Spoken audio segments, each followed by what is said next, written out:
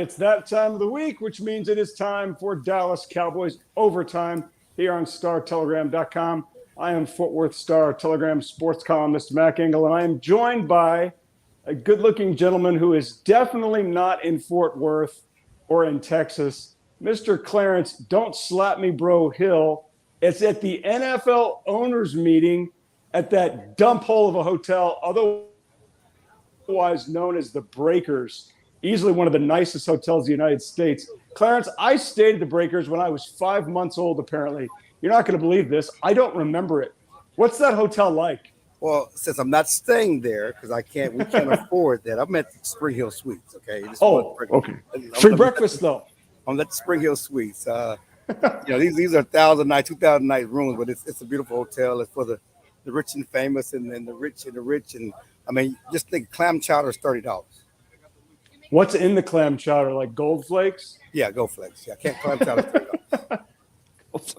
All right, Clarence, before we get on the subject of the Dallas Cowboys or any other topic, we have two far more pressing issues to talk about.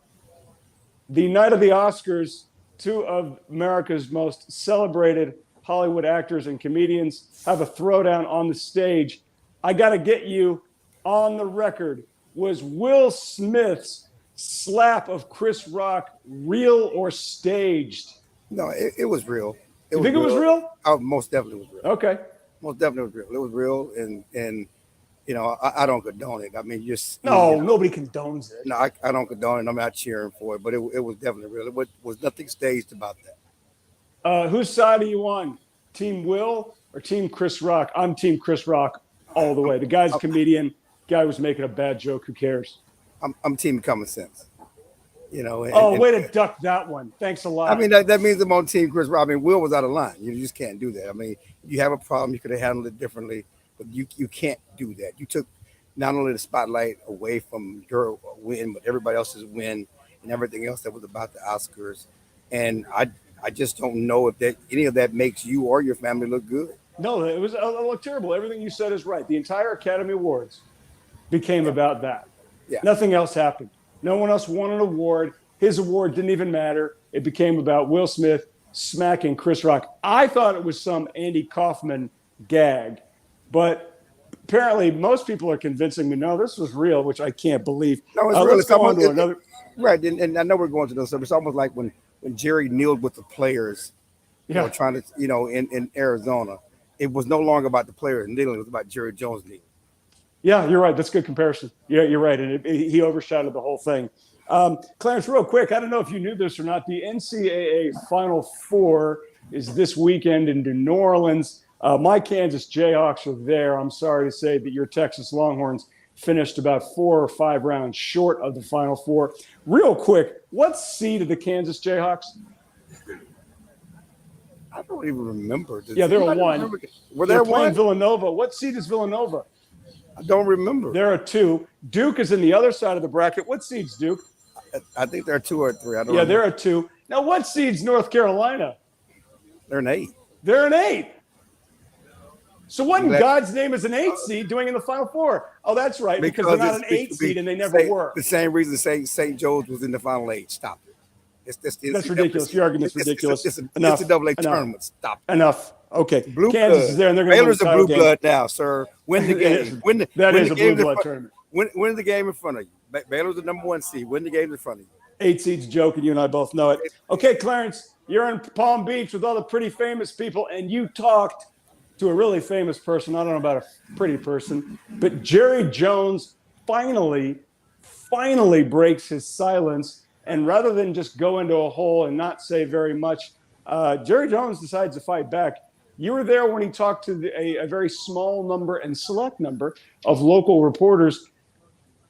What was his demeanor like when he answered some very challenging and awkward questions from you guys? Well, in light of what we found out later that day, we understood why he was confident and smug and ready to face the music, because he had something in his back pocket, which we didn't know about at the time of the meeting, that he found out, and he was fighting back on the other lawsuits and other things that have come into his life. I mean, they fingered the so-called source of all the negativity, the negative news surrounding the Cowboys over the past few years, and they're connected it to Shy Anderson. You know, Shy And Anderson is the ex-husband of Charlotte Jones. Anderson obviously is Charlotte Jones now. You knew Shy better than I did. I met him a few times. I didn't know him very well.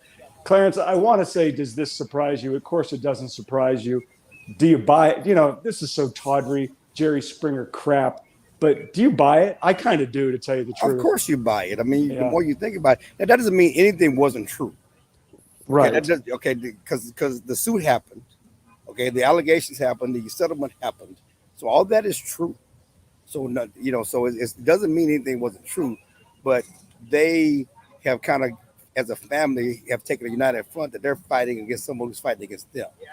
And this is, they're obviously Shy and Charlotte. Again, we're not going down that road, but they're, in a major divorce proceeding, and I think they have a court date in April. And from their standpoint, they're connecting all the negative news that have come out, that have come to light, that happened years ago, all of a sudden coming to light because of Shy Anderson and trying to, get back at them through the divorce, and they're fighting over big money. So that's where they are. And again, one reason why, Jerry is still supporting Rich Dalrymple.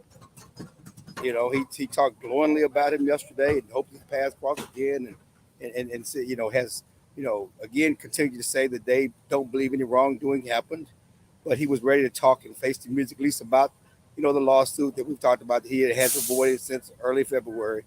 And so that's part of it. And then he just talked about his football team, but it was for the first time. Again, I've covered the team since 2006.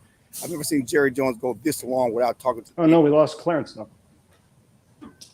In terms of, we haven't seen a lot of him the last really 2 years now, almost a little bit more, 2 years of the date because of COVID.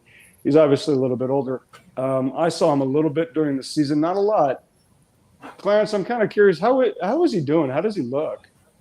He looks fine. He looks like Jerry. He's certainly walking around and not at the bars. He was not hanging out late at the bars as he has in the past. I know.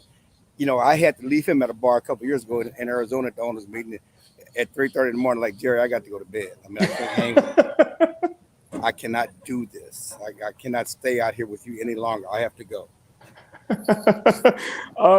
He did talk about Randy Gregory. I was interested in his explanation about it. Clarence, given the fact there's nobody behind Randy Gregory, I guess you could say Dorrance Armstrong, and he's certainly got to get his chance. Do you think the Cowboys are going to regret that one, and how the fact not what they did, but the fact that he's gone? Do you think they're going to regret that one? Well, you're talking about 6 sacks, and I do think that it's funny they're spinning it that they like the plan B of we passed on Gregory. We told him thank you, but no thank you, because we like what we got with Dorrance Armstrong and getting Leighton Vander Esch back and the kid from Atlanta, because their sacks, Dante Fowler, their sacks are not much different than the 6 sacks that Randy Gregory put up for them last year, which was their career high. And on paper, you're not missing a double-digit sacker, but this is a guy you did identify at one point as crucial to what you want to do in the offseason and improving on what you did last year, him being a 3-pronged pass rusher to go with Michael Parsons and to go with DeMarcus Lawrence, and now you've moved on and going on without him. So look for them to certainly address pass rusher in the draft. Clarence, he said during your conversation that he thinks that they're a better team this time than they were a year ago. I'm paraphrasing. You and I have covered him for a long time. You've covered him longer than I have. I can never remember an offseason, Clarence, where he didn't say that. Am I wrong in that recollection? Yeah, I mean, he always feels good about the team in the offseason and before the season. I mean, that's what they do. I mean, as they say, hope springs eternal in the spring. Hope springs eternal before the season. Everybody's hopeful. Everybody feels good about what they did in the offseason, but just on paper, the Cowboys are not a better football team. Can they be better? Can they execute better? I mean, they had more talent last year, but they didn't execute. Their hope is, we might be less talented, but maybe they can execute better. Maybe. Well, one of the guys at the top of the food chain with the Dallas Cowboys didn't go to Palm Beach. Mike McCarthy, the head coach of the team, decided not to go to the owners' meeting. Clarence, given the offseason, given the fact there was a lot of speculation. Now, it was media driven. It was not from the Cowboys, although Jerry certainly helped with a select sentence or two. But given the fact that Mike McCarthy is now entering the third season of his tenure here, fourth season rather, don't you find it a little odd that he skipped this, or do you buy the explanation that no, he's just back in Frisco at the Star getting ready for the draft? Well, he is back in Frisco to start getting ready for the draft. I don't think there's any ulterior motives of him not coming to the owners' meeting. There's really not much for coaches to do. A lot of them are part of the competition committee and voting on rule changes, but the owners and Stephen is part of that. I do think it's important that Mike McCarthy is part of the draft because this is the only way he's going to improve his football team. And this is a season in which Mike McCarthy has to win. And if I'm Mike McCarthy, I wouldn't be a part of the draft. I wouldn't be part of picking players because you're not getting me anybody in free agency, okay, to help improve this football team in the year that we all know he's looking over his shoulder with Dan Quinn, looking over his shoulder with Sean Payton. He has to not just get the Cowboys back to the playoffs, but certainly take them further than a wild card game. They can't be one and done. And how do you improve this team for the Cowboys? It's through the draft. And so he's going to be a big part of picking players to improve this football team. I don't really mind that. I think a coach who has sort of a mold and an identity of a player and what he wants that player to look like for his team, I think that's really important to have in a draft room. In my years, I certainly saw that with Bill Parcells. I saw it the other way with Wade Phillips, where he didn't. It's like, okay, well, pick who you want. Who do you think is the best guy? Well, okay, well, let's go with him. Jason Garrett had a really good idea in terms of personnel and an identity. I think Will McClay does too. Clarence, who's running that draft room? My perception is that that's Will McClay's draft room, correct? It is to a certain extent. Will does a good job organizing, but the Cowboys historically have picked players that the coach in the vision of the coaches. Yeah, I mean, okay. Mike McCarthy likes long guys. Dan McQuinn likes long guys. They're looking. Look at the cornerback. They like long guys in the cornerback. He likes big guys, and so they're picking bigger guys. They're also gone to more guys from big schools, and that's the philosophy of the coaches. And one thing that Will does well is he is in concert with the coaches. It's not about the scouts. It's about what the coaches want, the type of football player that want to run their scheme. So you have to pick players that fit their scheme. And I think they certainly work hand in hand. But going back from the beginning of time, Jerry and the scouts have always listened to the coaches. Save for maybe a T.O. or something like that. Yeah. But they always pick guys that the coaches want.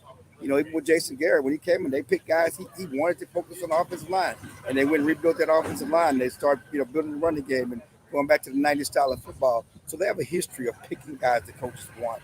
And I think that Will McClay is working in lockstep with Mike McCarthy to pick the guys that he wants. Uh-oh. Clarence froze on me. Oh.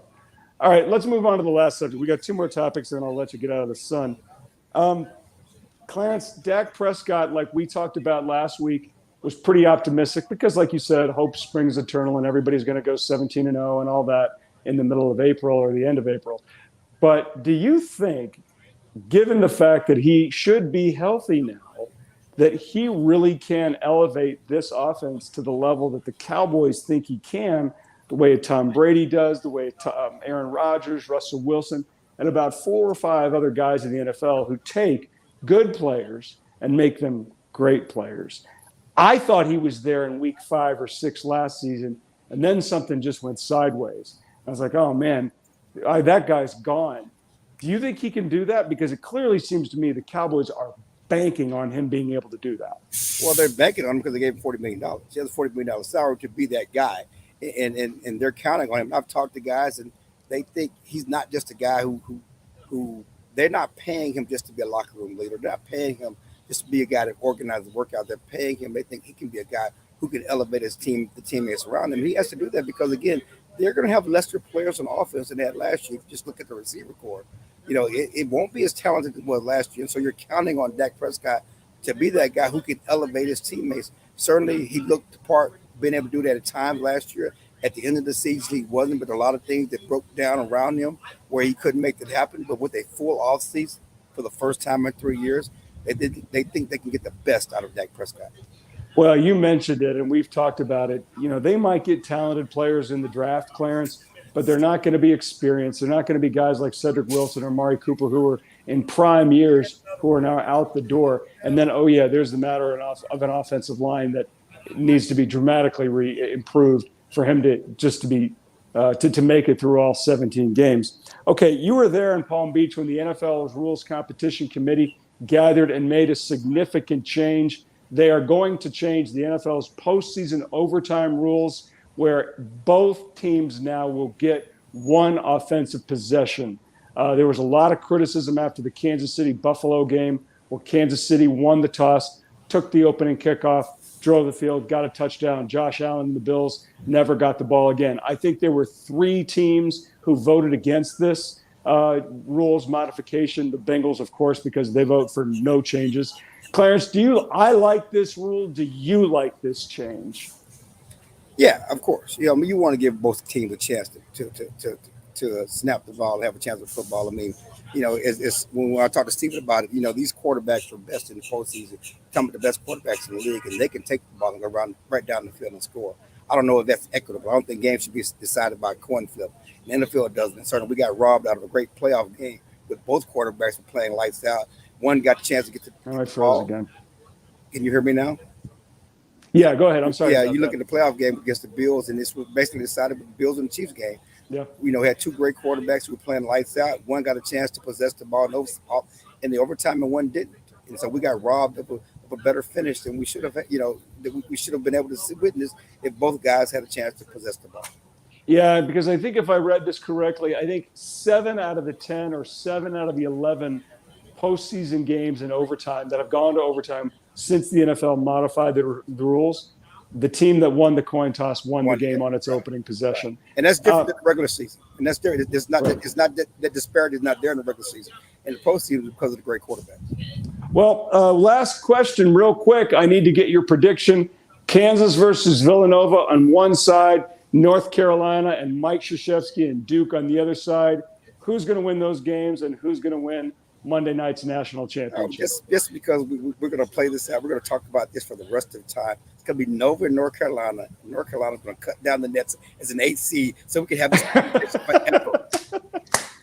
That's good. I think Kansas is going to win because they got a bunch of seniors, but I like your pick a lot better because it provides more content. Clarence, get out of the sun. I'm sorry to keep you outside in 90-degree heat. Enjoy Palm Beach. Go jump in the water and have a great trip. ESPN was fussing at me because I was in their line of sight, so that's why I had to move. They'll get over it. Tell them you're Clarence Hill. All right, for Cowboys Overtime, StarTelegram.com. We'll catch you next week. Thanks a lot.